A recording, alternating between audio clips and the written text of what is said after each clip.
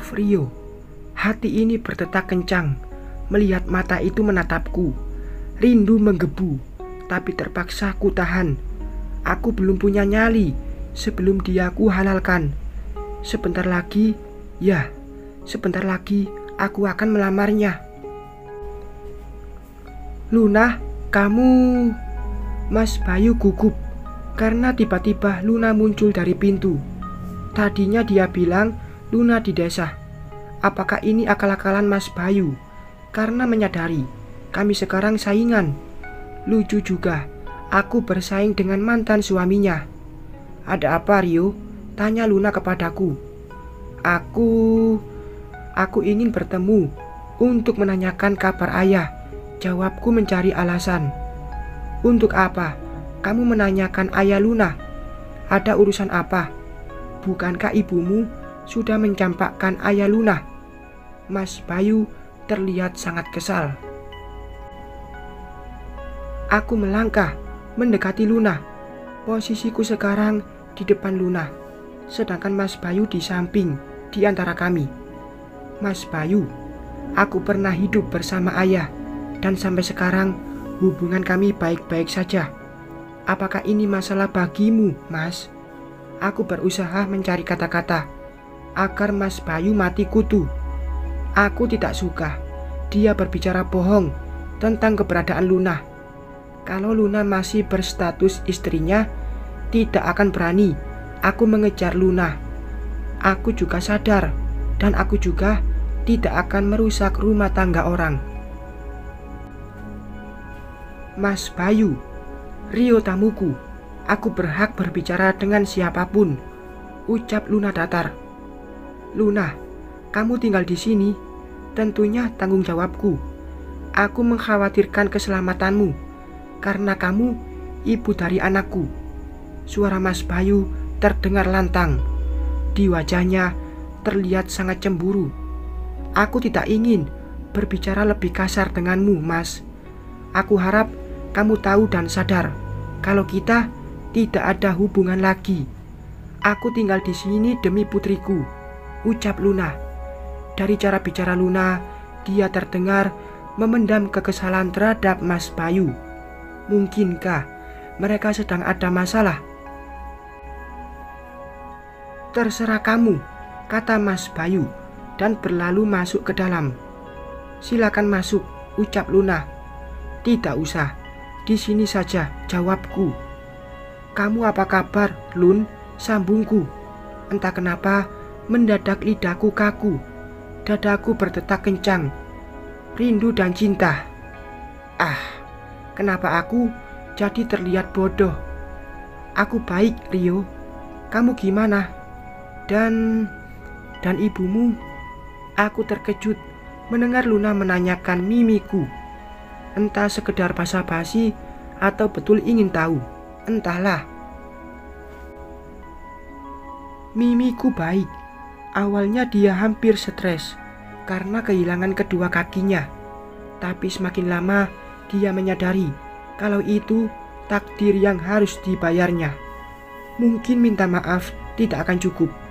Aku sudah memaafkan semuanya. Sejenak kami saling bertatapan. Aku tahu mata itu juga punya perasaan yang sama denganku. Hei, kalian lupa masih ada aku di sini. Jovi mendekat dan berdiri di antara aku dan Luna. Seketika kami terkejut dan memalingkan mata ke arah lain. Maaf, Jov. Sebenarnya ibuku pernah menikah dengan ayah Luna, ucapku.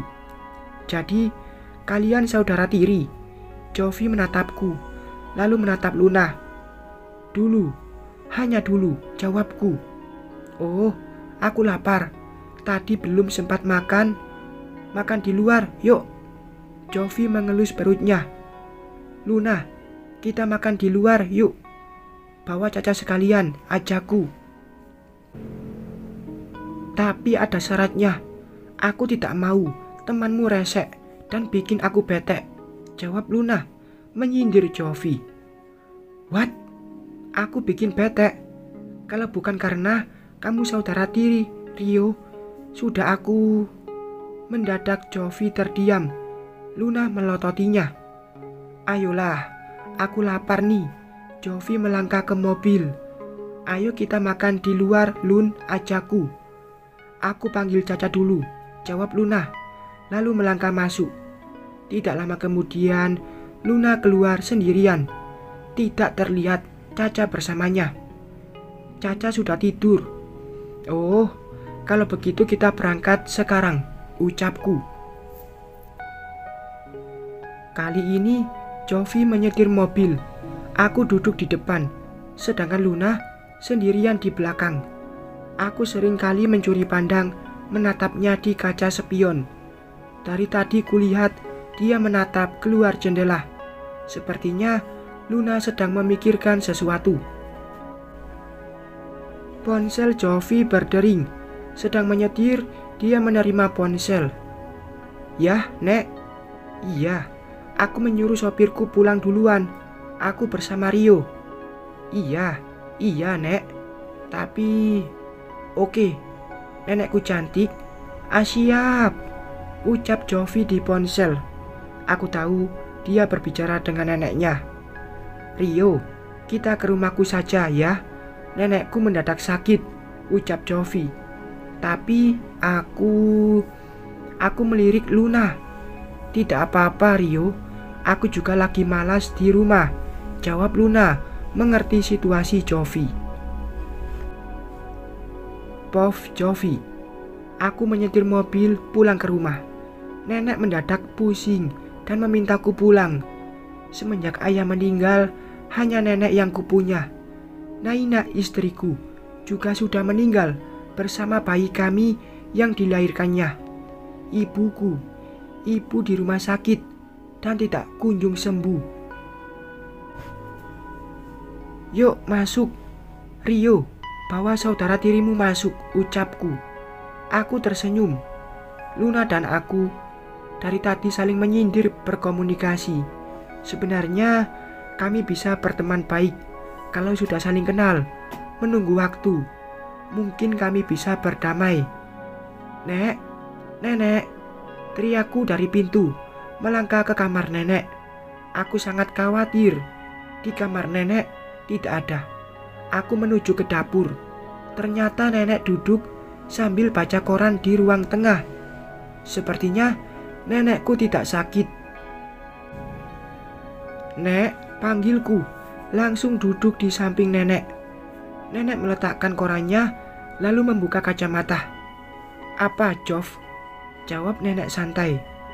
"Nenek tidak sakit." "Tidak, tapi tadi nenek bilang biar kamu pulang." "Aduh, Nek, aku membatalkan makan malam di luar bersama..." Aku menunjuk ke arah ruang tamu. "Kamu sudah punya calon istri." Nenek langsung berdiri dan melangkah ke ruang tamu. Tanpa mendengar aku, melanjutkan kata-kata. "Nek, nenek," panggilku melangkah di belakang nenek, menuju ke ruang tamu. "Luna!" Nenek terkejut dan memanggil nama saudara tiri Rio. "Nenek," sapa Luna, lalu berdiri. Nenek dan Luna saling berpelukan. Sepertinya mereka sudah kenal. Aku dan Rio terpana dan ikut senyum melihat mereka sudah saling kenal. "Kita bertemu lagi," ucap nenek, memegang tangan Luna. "Ini rumah nenek?" "Iya," jawab nenek. "Nenek kenal Luna?" tanya Rio. "Kenal. Kita pernah bertemu di rumah sakit saat nenek menunggu Jovi mengunjungi ibunya," jawab nenek.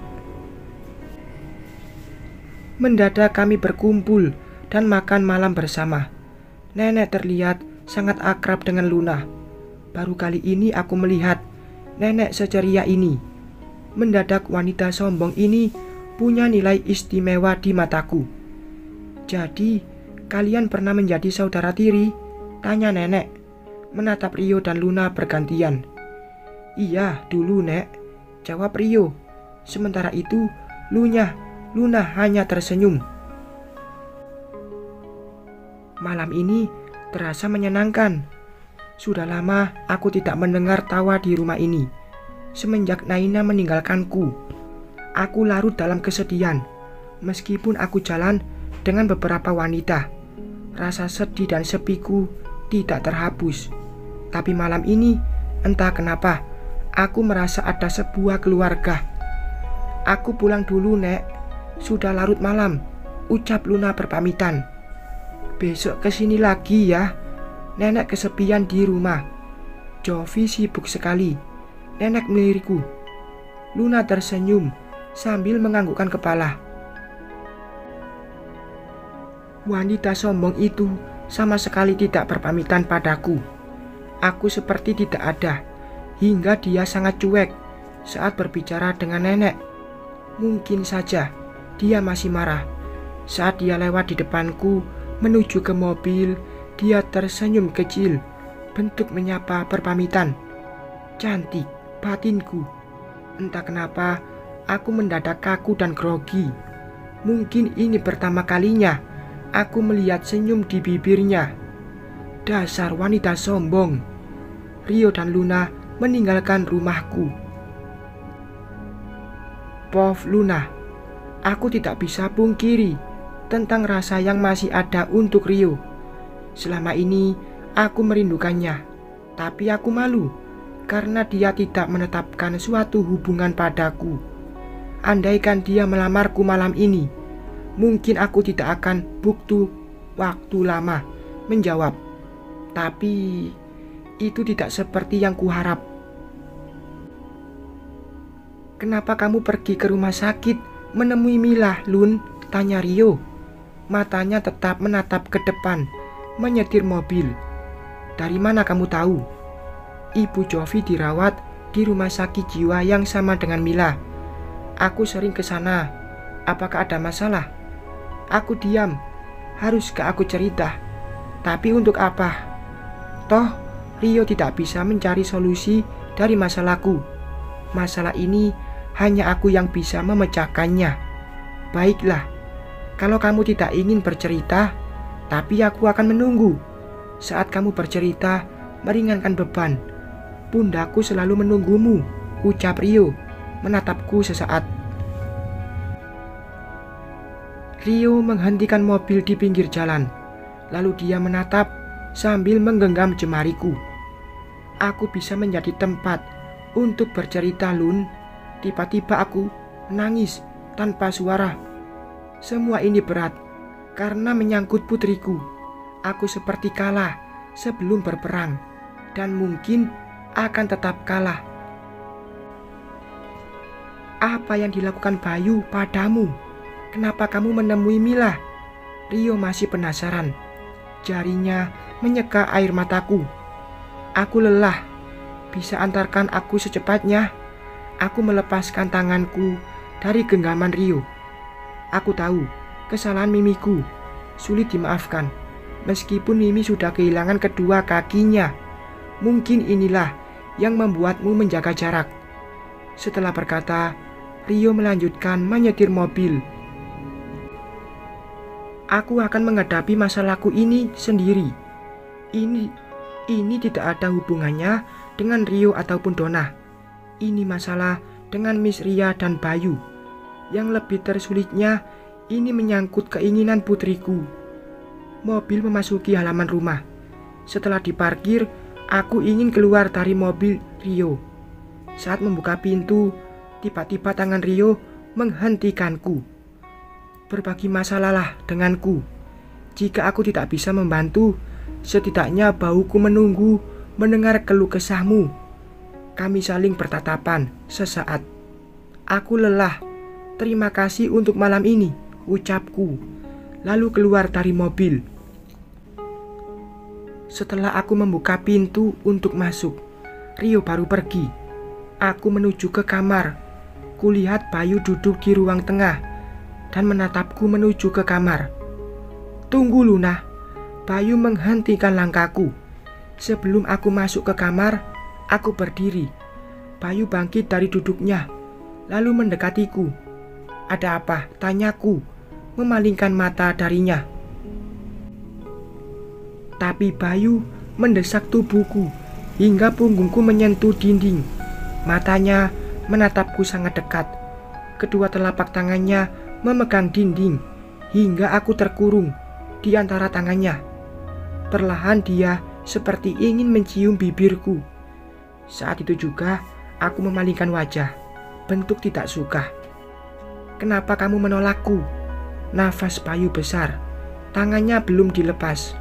Aku diam dan tetap memalingkan muka. "Tidurlah bersamaku malam ini. Aku mohon, Luna," pinta Bayu. Suaranya sangat dekat di telingaku, bahkan nafasnya terdengar jelas. "Aku bukan istrimu," jawabku datar. Seketika Bayu melepaskan tangannya dari dinding. Dia menatap lantai seperti menelan kekecewaan. Aku melangkah ke pintu kamar. "Jika kamu tidak bisa menerimaku lagi, aku akan mengambil hak asuh Caca sepenuhnya." Langkahku terhenti mendengar ancaman Bayu. Bagaimana mungkin aku bisa mencintai lelaki ini? Segala cara dilakukan dan ini membuatku semakin hilang rasa. Lukaku belum sembuh, tapi Bayu menambah luka lain. Bersambung.